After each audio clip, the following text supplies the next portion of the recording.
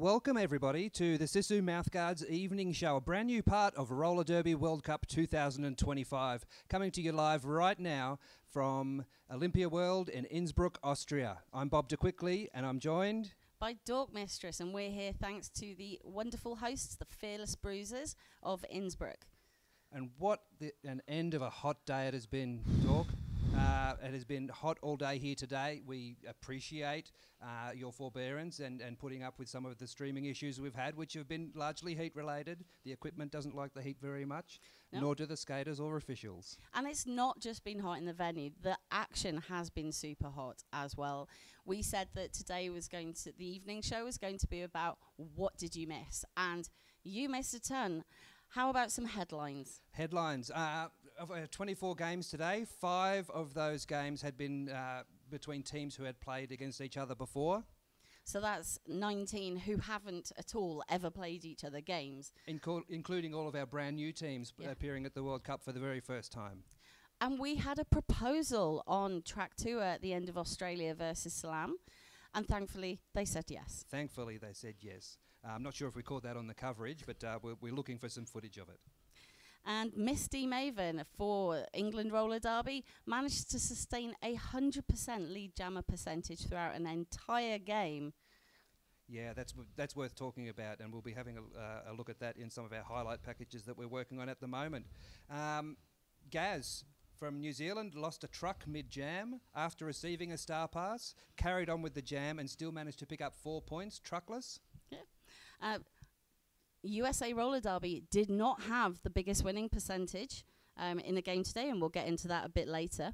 But the highest scoring jam, 36-point jam by Harp Attack for Team Iceland against Team Desi late this afternoon. Had a couple of 32 points, but then Harp Attack came out with that smashing 36. Yeah, so let's have a look at some of the games that did play out today. Some of the big margins, as you would expect. USA Roller Derby defeated Chile with quite a margin, 421-point margin, 455 to 34. We had 5 games in total with over 370 points, and we'll get into in a minute why that's important. Australia 400, Salam Roller Derby took 24 points, 376-point margin. And with a 380-point margin, Team France over Team Austria, 427 to 47. And Iceland, 452 to Team Desi's 82, 370-point margin. You had to get 370-point winning points in order to get onto that list. But by far the biggest margin for the day was Team Netherlands defeating Team Taiwan, 548 to 16. That's a 532-point differential. And it's worth noting that Taiwan 16 points, all won by pivots caused by a star pass. So that's just an incredible statistic on its own. So we all knew that day one was going to have these big swings. And I remember just this morning saying, well, there's gonna be some surprises. And we have had some surprises. We've had some really tight games, and we've had a bit of an upset. We have had a little bit of an upset. Our closest game for today was a 12-point margin, and that was between Team New Zealand and Team Spain, with Team New Zealand taking out the win with 151 to 139. Well, actually, apologies, my notes were incorrect, so that's on me. That was the surprise. New Zealand were not expected to win that game. Spain were coming into this with a higher rank, so that is the upset for today. The closest game was Fuego Latino versus Wales. Now, that game had everything. So Fuego Latino were quite comfortably in the lead, and then fortunately, their sort of lead point scorer had avoidable contact with an official and was unfortunately not allowed to continue in the game, which allowed Wales to catch up, and they were only 9 points behind when the last whistle went. There was also some sort of technical rules shenanigans, because the last jam had to be called off because there was blood on the track, so then we got an extra jam, and so it had all of those thrills and spills and that roller coaster of emotion. So that if you have to go back and watch one game today, that's the game to go and watch. Absolutely. Some other close games. We had Team Korea narrowly defeating Team Greece by 49 points. and Indigenous rising with the 23-point victory over Japan, 146 to 123. And the Korea-Greece game, at one point Greece were over 100 points behind and managed to get back into close to contention. So, and I think the other thing is what's been absolutely evident in every single game is the passion that all of the teams have brought. Everybody has come here to give everything that they have on the track. So even when you're looking at games like USA Roller Derby Chile, which had that very big points differential, Chile fought every jam and fought for every point. And as you can imagine, when they were scoring, the roof went off the place. Yeah, even from the very first games this morning at 9 a.m. here in the stadium, the stands were full, particularly some of the European teams, much closer for those guys to travel, really vocal and really excited, really great energy in the stadium. I was sat down towards the track during France-Austria, and every seat was full. Well, they weren't full, people were standing, and it's 3 tiers of seating. And so you can literally look up and you just see people all around you and the volume of noise. And that game we were able to bring in the venue and on the stream in English, French and German. The first time we've had a trilingual stream? I believe so. And that's because we want to bring the stories of this World Cup back to people in those countries in their language. But that was quite exciting, and you could see different parts of the audience cheering at different points of the coverage. But that was an experience I will definitely take away for today. Obviously it mattered to the teams what the score was, but I don't think it mattered to the audience as much. They just wanted to see their teams play. And I also got to sit and watch the Sweden-Scotland anthems. Yes. And Sweden, Lorene's Euphoria, fantastic, raises the roof, and the whole room is dancing. And then Scotland come out with Flower of Scotland, and there was barely a dry eye in the place. But just the noise that just a few hundred people could make, it was absolutely wonderful. It has been a great energy here, despite the heat and all the sweatiness. So, what does all of this mean? The reason for all of these matchups today, under this accelerated Swiss tournament structure, is to try and identify who's going to be a closer matchup for tomorrow. And we can now announce all games? Yes, they've just updated the last of the games as we've been standing here. So this is literally hot off the press. We can tell you what the matchups, the times and the tracks are for tomorrow. Obviously information on social media will follow very soon. But Bob, would you like to kick us off? Yeah, so kicking off on track 1 at 9 a.m. tomorrow, we have USA Roller Derby taking on Fuego Latino.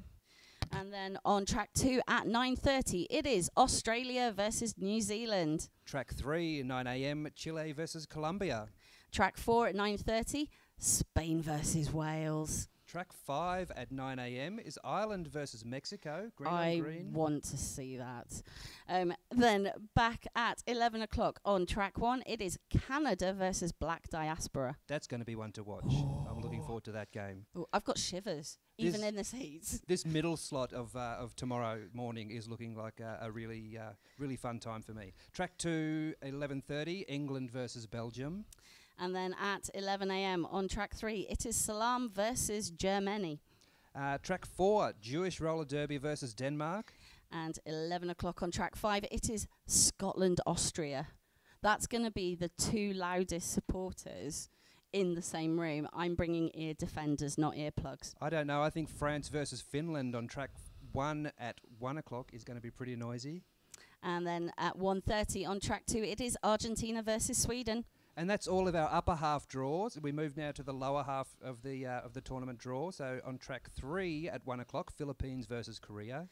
Philippines had a very strong performance today, and Korea did really well. So that's going to be super tasty. And then at 1:30 on track 4, it is Netherlands versus Portugal. Another one to watch. I'm looking forward to that one. Portugal have historically had quite a strong team. So yeah. Yeah, track 5 at 1 o'clock tomorrow afternoon, Italy versus Norway. And then at the next set of games, so this is like the 4th set of games for the day, at 3:30 we have Switzerland versus Iceland. Now they've played each other back in 2016, and they are both very different teams since then. Absolutely. Track 2, we have Czech versus Indigenous Rising. And then 3:30 on track 3, we have Brazil versus the West Indies. Possibly the most fun game. I think most fun songs, vibe. It's on my list to come and watch tomorrow. Track 4 at 4 o'clock, Japan versus Greece. It's going to be a fun one as well. Yeah. I mean, Greece got so much heart out of that performance against Korea. Love to see that. So 3:30 on track 5, Vietnam, Slovenia. Now, those two teams I haven't been able to see yet, so I'm going to make time to go and see that. Back on track 1, and the final time slot of the day, 5:30, Chinese Nations versus South Africa. And then at 6 o'clock on track 2, it is Babushka versus Desi. Another interesting one to watch. I'm looking forward to that. Track 3 at 5:30, Puerto Rico versus Poland. And then the final game of the day, game 24 of day 2, at 6 o'clock, it is Taiwan versus Latvia. So there's some really interesting matchups there. A lot of teams who would never have played each other before, never come close to each other geographically to play each other before. And hopefully, if you are the analyst that I am, I'm looking at that and going, there is a lot of close games on there. There's a lot of close games and a lot of opportunities for movement because remember on day 3, we're combining the upper and lower halves of the draw based on wins and losses and then by score ratios. Yeah. So there is room to move within this tournament rankings yet. So at the moment in the top half, USA has the highest win ratio as well as the win point. In the bottom half, it's Team Netherlands, and they have an even better ratio. So it's going to be really interesting if they both take the win tomorrow.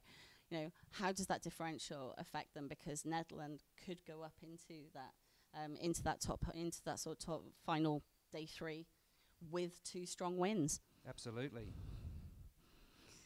So what we're going to do is let you all go and recover from 12 hours of incredible roller derby. I'm going to possibly live in the cold shower. The stream team are working at the moment on getting all of the games from today put onto the video on demand, so through your normal streaming pass, but head to rollerderbyworldcup.live. If you haven't purchased your streaming pass yet, you can still purchase a pass for the entire weekend. And we want to reiterate the support we've had from people through the community Discord server, which is Roller Derby World Cup 2025. We appreciate it's frustrating when we've had a couple of feed dropouts or it's not been what you've been hoping for, but we are doing the best that we can, and we've had a lot of amazing support and engagement. So really do tell us how you're seeing these games, what's going on, who's standing out to you. So use that Discord server as a way, because the stream team, the announcers and the producers are looking at that. We're being able to shout out watch parties at home. But again, we really appreciate everybody being really supportive and flexible today. But the games, as you say, Bob, will be going up overnight, and you can catch up on all the action that you've missed. I've been Dork Mistress. And I'm Bob DeQuickly. See you tomorrow morning at 8:40 Central European Time, 7:40 in the morning in the UK, 2:40 in the very, very early morning Eastern Standard Time.